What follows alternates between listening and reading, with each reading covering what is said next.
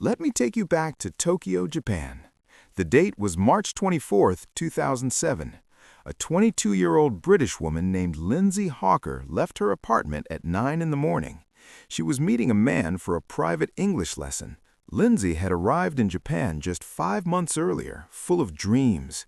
She had a biology degree from the University of Leeds, but before starting her master's, she wanted to see the world. Tokyo felt safe, exciting. She called home constantly. Her parents had visited in December and left reassured that their daughter was thriving. Now, on this Saturday morning, she was meeting a student at a cafe. His name was Tatsuya Ichihashi. CCTV footage showed them sitting together for about an hour. But if you watched closely, you would notice something unsettling. Every time Ichihashi leaned toward her, Lindsay pulled back. She maintained distance. She was polite, but she was uncomfortable. When the lesson ended, Ichihashi told her he had forgotten his wallet at his apartment. He lived in Ichikawa, just east of Tokyo. Lindsay, ever the trusting soul, agreed to go with him. She told the taxi driver to wait. She said she would only be a minute. 7 minutes passed. She never came back out. By Sunday, Lindsay's family in England knew something was terribly wrong. She never missed a Sunday call. On Monday morning, her employer, the Nova English School, contacted her father. Lindsay had not shown up for work. This was a girl who never missed a shift. Her roommates had already filed a missing person report. Bill Hawker booked the first flight to Tokyo. Police pulled the cafe footage and quickly identified Ichihashi. That evening, officers went to his apartment building. They did not have probable cause to knock, so they did something else. They accessed a neighbor's balcony and peered over.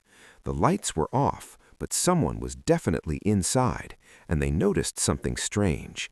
A heavy, detached bathtub had been dragged onto the balcony. At 9 o'clock, Ichihashi suddenly burst out of the building, barefoot with a backpack. Officers tried to grab him, but he was fast. He disappeared into the night. When police finally entered the apartment, they went straight to that tub. It was filled with soil and sand. They started digging. Then they saw it, a small white hand. Lindsay's naked body was buried inside that tub. She was gagged with a scarf. Her hands and feet were bound with gardening ties. Her head had been shaved clean, and her hair was sealed inside a plastic bag. The soil mixture contained a chemical agent meant to speed up decomposition. Flower seeds had been planted on top to disguise the grave as a flower bed. The injuries told a story of unimaginable violence. Her upper body was covered in egg-sized bruises from repeated blows. There were defensive wounds on her hands and arms. She had fought desperately. But Ichihashi was a black belt in martial arts. He overpowered her. He strangled her to death. Police later discovered he had visited a hardware store 6 times to purchase soil and materials. Bill Hawker arrived in Tokyo to identify his daughter. He later said, "When I saw her, I knew it was Lindsay. She was so tall and beautiful. She was beaten so badly. My life and my soul just fell beneath me." Meanwhile, Ichihashi was gone. Authorities distributed 30,000 wanted posters across Japan. 180 officers were assigned to the case. For 2 years, he remained a ghost. There was speculation he had fled to the Philippines or taken his own life, but Ichihashi was still in Japan. After escaping barefoot, he wandered Tokyo without money, disguising himself with hats and glasses. He saw his own wanted poster outside a police station and noticed a prominent mole on his cheek. He took a box cutter and sliced it off himself. He cut his lower lip to change its shape. He stitched his own nose with a needle and thread to make it appear smaller. Eventually, he secured construction work in Osaka using a false identity belonging to a deceased man. He saved 1 million yen and underwent professional plastic surgery in Nagoya. But during a follow-up appointment, clinic staff noticed suspicious scars and alerted police. On November 10, 2009, more than 2.5 years after the murder, Ichihashi was recognized at a ferry terminal in Osaka. Police arrested him. Fingerprints confirmed his identity. In court, he admitted to suffocating Lindsay during a rape. He wrote a letter apologizing, hoping for leniency. Lindsay's family rejected it. They wanted the death penalty. He received life in prison. And here was the cold fact that still haunted this case. While incarcerated, Ichihashi wrote a book titled Until I Was Arrested. He offered the royalties to Lindsay's family. They refused. They would not profit from their daughter's death. Now I need you to listen closely because this next story is one of the most disturbing cases to ever come out of Texas.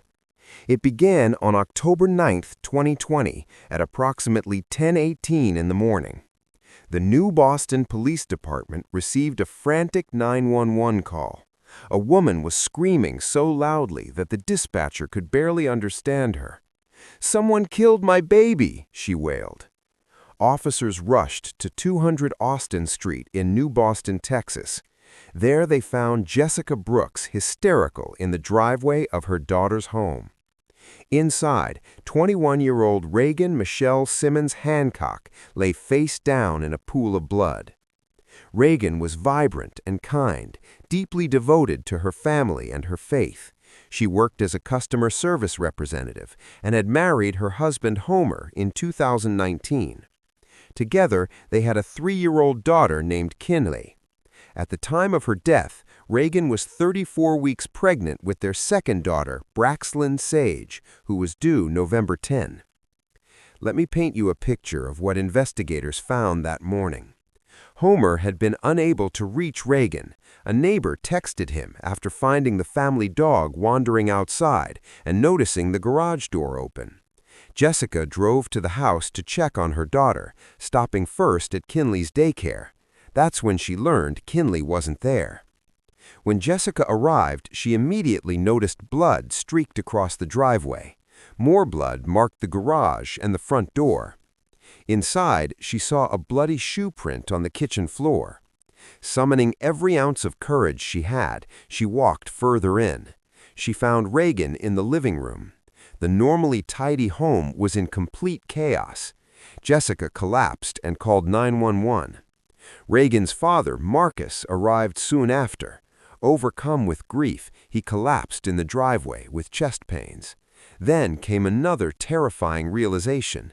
Where was 3-year-old Kinley? A family friend searched the house and found the little girl hiding under a blanket in a back bedroom. She was pulled to safety without ever seeing her mother's body. The scene inside was beyond comprehension.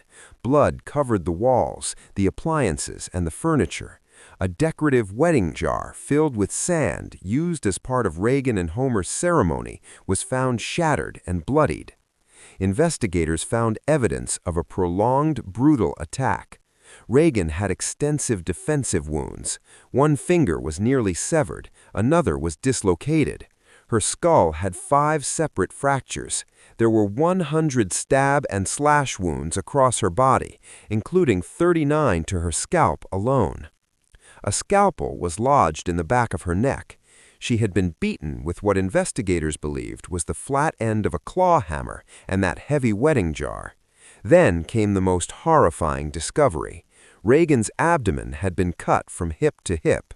Her uterus had been removed, and her unborn daughter was gone.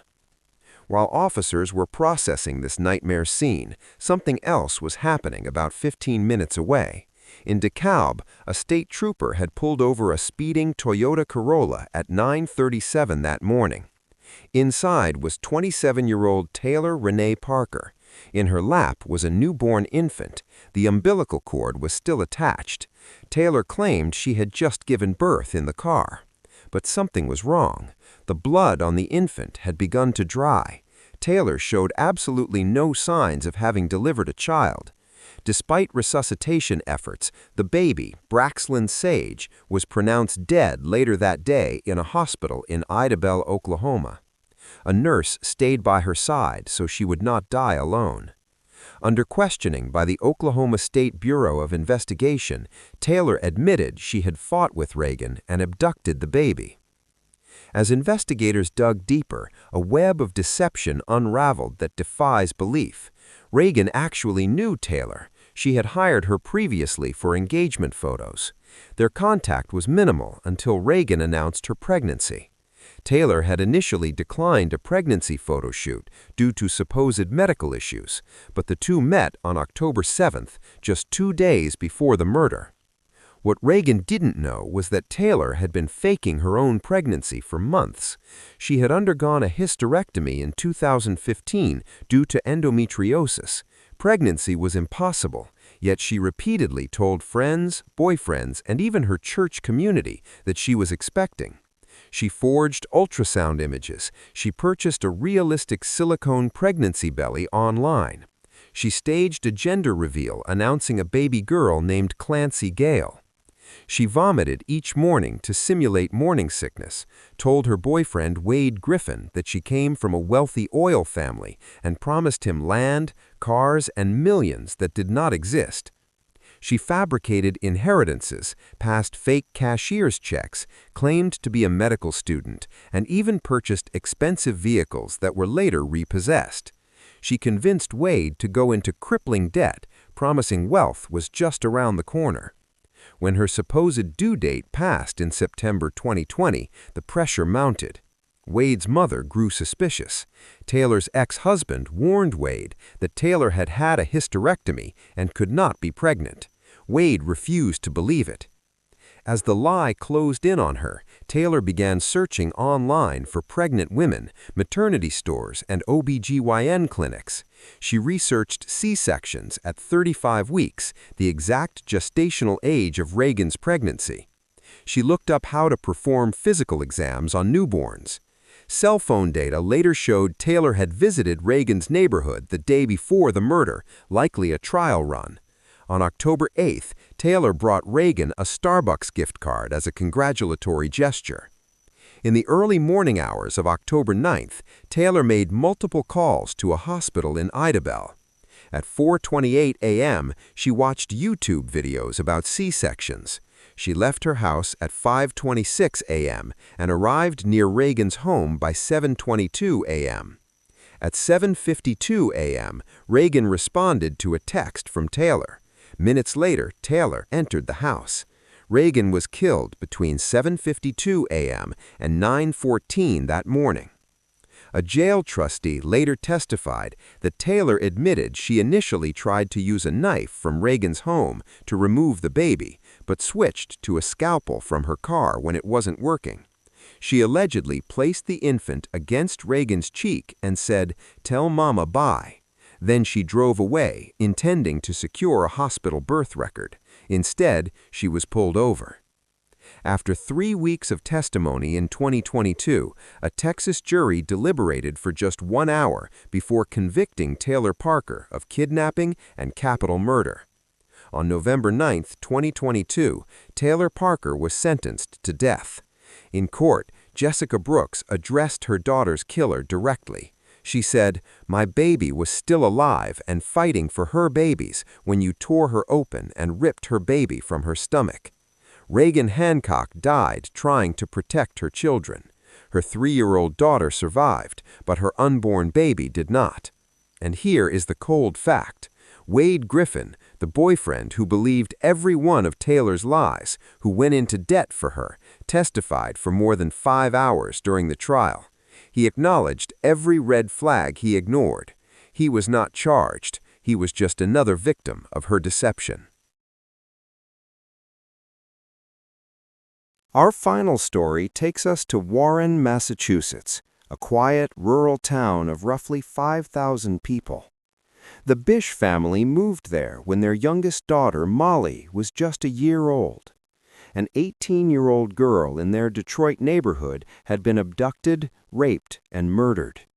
John and Magie Bish wanted peace and safety for their children, so they chose Warren, a small community where everyone knew everyone.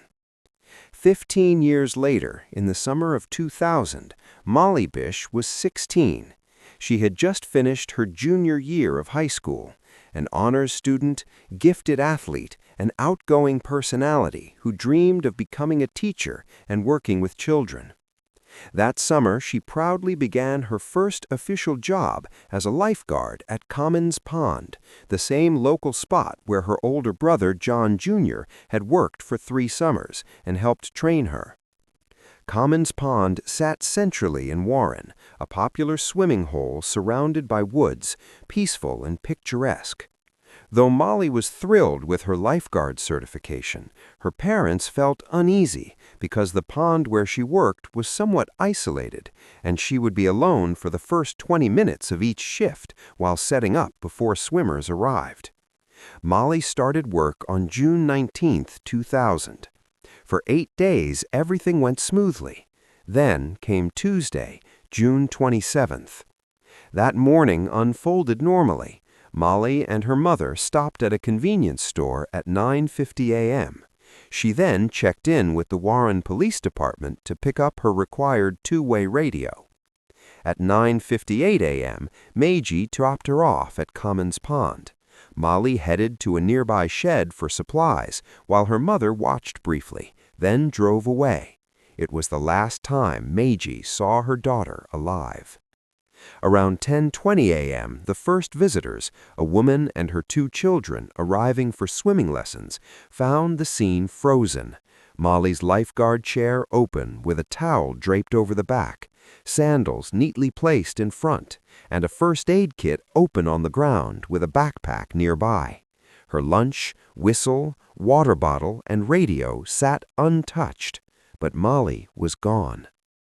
An hour later, her supervisor arrived and realized she was missing. At 11:44 a.m., police were called.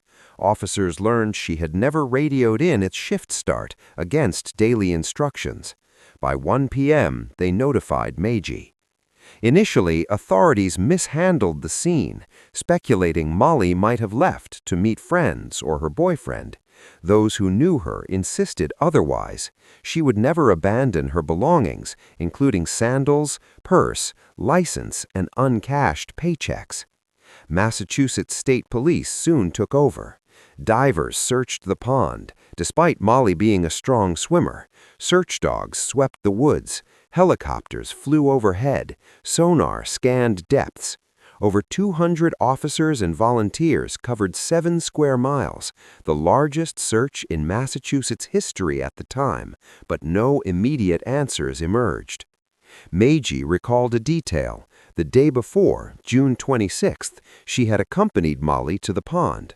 While Molly prepared, Meiji noticed a white car parked nearby with a middle-aged man smoking inside, an unusual sight so early. He stayed while Molly worked. Uneasy, Meiji walked her daughter to the post and stood in the lot for 20 minutes, locking eyes with the man. She described his stare as bold and cocky. He eventually left. On June 27th, he was gone when Molly arrived. Police created a composite sketch from Meiji's description. Witnesses reported seeing a similar white car, a sand truck driver near a car wash at the base of Commons Pond Road that morning, and a cemetery employee later. A wooded path linked that cemetery directly to the pond's beach. Molly's father theorized the man parked at the cemetery, walked through the woods, confronted Molly during setup, and forced her back to his vehicle. A resident also reported hearing a scream around the time she vanished. Years passed. The Bish family mounted a massive campaign, emailing Molly's photo to over 35,000 people, launching a dedicated website, refusing to give up. In November 2002, a hunter on Whiskey Hill, 5 miles from the pond, saw a blue bathing suit, but didn't report it, believing Molly wore orange. In May 2003, he mentioned it to someone who recognized its potential significance. Police returned June 3, 2003, and found more than 20 human bones scattered on a wooded hillside about 500 feet from the suit. DNA and dental records confirmed they were Molly's. Decomposition and animal activity prevented determining cause of death, but it was ruled homicide. She was buried August 2, 2003, what would have been her 20th birthday. Multiple persons of interest surfaced. In 2009, Rodney Stanger, later convicted of murder in Florida, was investigated. He lived near where Molly trained, hunted in the area her remains were found, resembled the sketch, and had access to a white car. He had also been questioned in the 1993 murder of 10-year-old Holly Pirine nearby, but no charges in Molly's case. In June 2021, police named Frank Sumner Sr., who died in 2016, as a suspect. He had a prior aggravated rape and kidnapping conviction, was paroled in 1998, owned auto shops near the disappearance site, resembled the sketch, smoked left-handed, as reported, and had a white car. DNA from his son in 2022 did not match, but forensic testing continues. More than 20 decades later, Molly's case remains unsolved. A $100,000 reward stands for any information leading to arrest. John and Meiji founded the Molly Foundation to promote child safety and improve missing persons response. Her killer has walked free for over 20 years, and the question still haunts Warren till date: who killed Molly?